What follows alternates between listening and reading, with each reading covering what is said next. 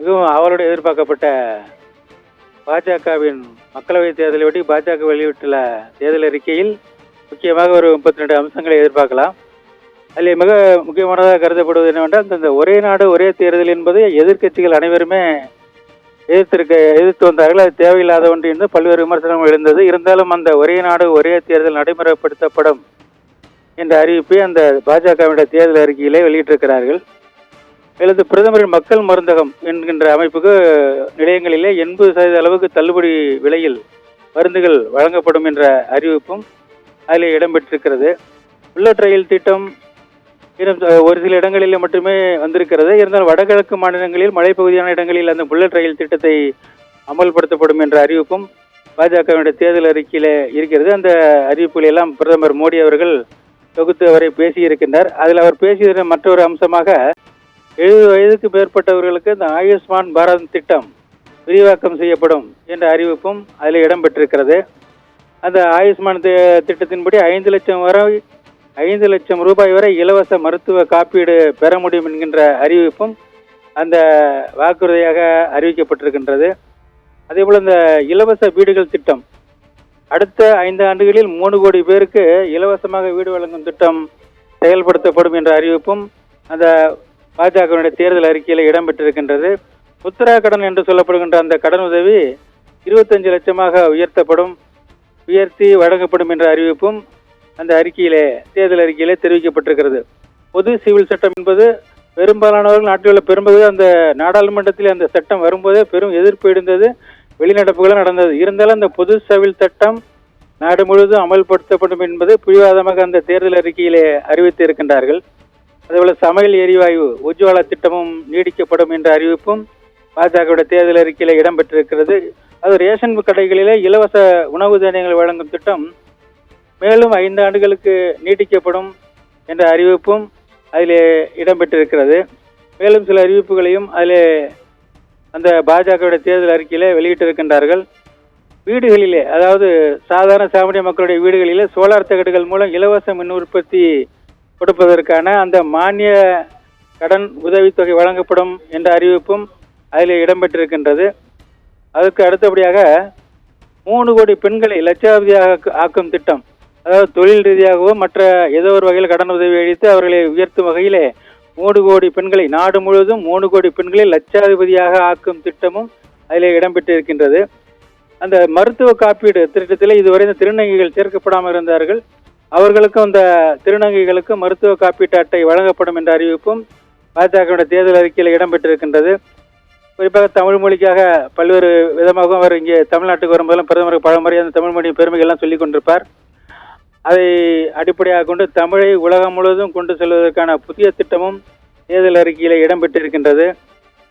Sanitary napkin வழங்கும் திட்டம், அது 1 ரூபாய்க்கு வழங்கப்படும் என்ற அறிவிப்பும் அந்த தேர்தல் அறிக்கையிலே பாஜகவினுடைய தேர்தல் அறிக்கையிலே இடம்பெற்றிருக்கின்றது. அதாவது ஓட்டுநர்கள் வெகு தூரம் செல்லக்கூடிய ஓட்டுநர்கள் இடையிலே ஓய்வு எடுப்பதற்கு வசதியாக லாரி ஓட்டுநர்களுக்கு தேசிய நெடுஞ்சாலைகளில் ஓய்வு மையம் நிறுவப்படும் என்ற அறிவிப்பும் வெளியிடப்பட்டுள்ளது. இந்தியா சார்பாக சர்வதேச அளவில் விண்வெளி மையம் அமைக்கப்படும் என்ற அறிவிப்பும் பாஜக தேர்தலில் இடம்பெற்றுள்ளது. பிரதமர் மோடி அவர்கள் சுட்டிக்காட்டி பேசியிருக்கின்றார்.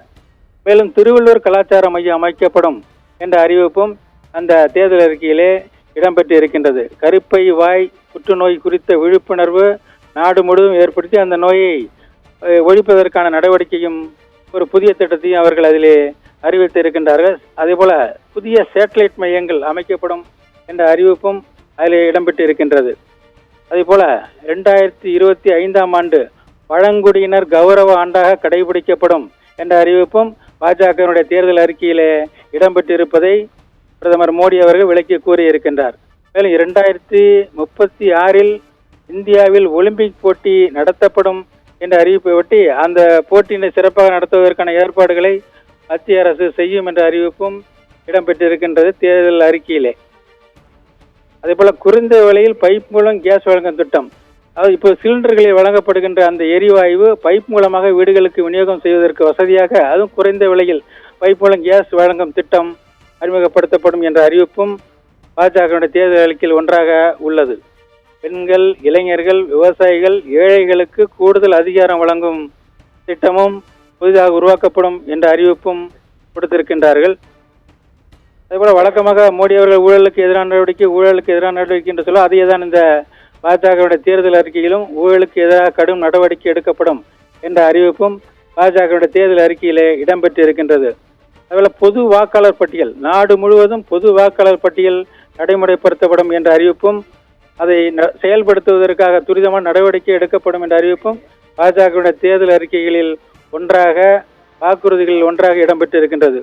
பொது சிவில் சட்டம், அதேபோலதான் பொது சிஐஏ அது போன்ற பொது சிவில் சட்டம் பல்வேறு அமைப்புகளும் சரி கட்சிகள் எல்லாம் கடும் எதிர்ப்பு தெரிவித்தது. அதையும் மீறி நாடு முழுவதும் பொது சிவில் சட்டம் அமல்படுத்தப்படும் என்ற அறிவிப்பையும் பிரதமர் மோடி அவர்கள் தேர்தல் அறிக்கையிலே குறிப்பிட்டுள்ளதை சுட்டிக்காட்டி பேசியிருக்கின்றார்.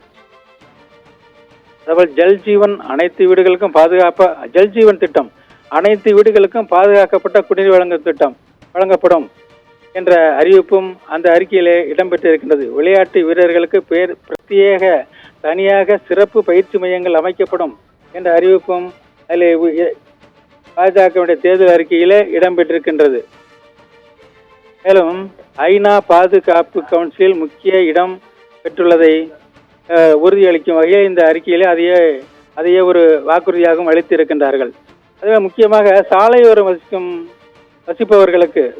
வசிக்கும் ஏழை எளிய மக்களுக்கு குறைந்த விலையிலே காங்கிரீட் வீடுகள் கட்டித்தரப்படும் என்ற அறிவிப்பும் பாஜகவுடைய தேர்தல் அறிக்கையிலே ஒன்றாக இடம்பெற்றிருக்கின்றது. அதேபோல புதிய விமான நிலையங்கள், ரயில் நிலையங்கள் நாடு முழுவதும் அமைப்பது மேலும் விரிவாக்கப்படும் என்ற அறிவிப்பையும் பாஜக வெளியிட்டுள்ள தேர்தல் அறிக்கையிலே ஒரு அம்சமாக இடம்பெற்றிருக்கின்றது.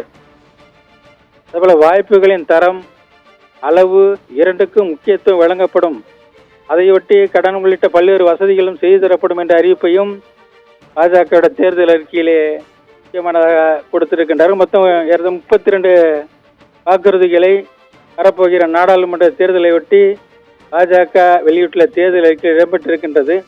பெரும்பாலும் இந்த தேர்தல் அறிக்கை பொறுத்தவரையில் தேர்தல் அறிக்கை என்பதை விட ஒரு பட்ஜெட்டை போலத்தான், ஆளுங்கட்சியினுடைய பட்ஜெட் வெளியிட்டிருப்பதை போலத்தான் இந்த தேர்தல் அறிக்கையும் இடம்பெற்றிருக்கிறது என்பதே பொதுவான கருத்தாக இருக்கிறது.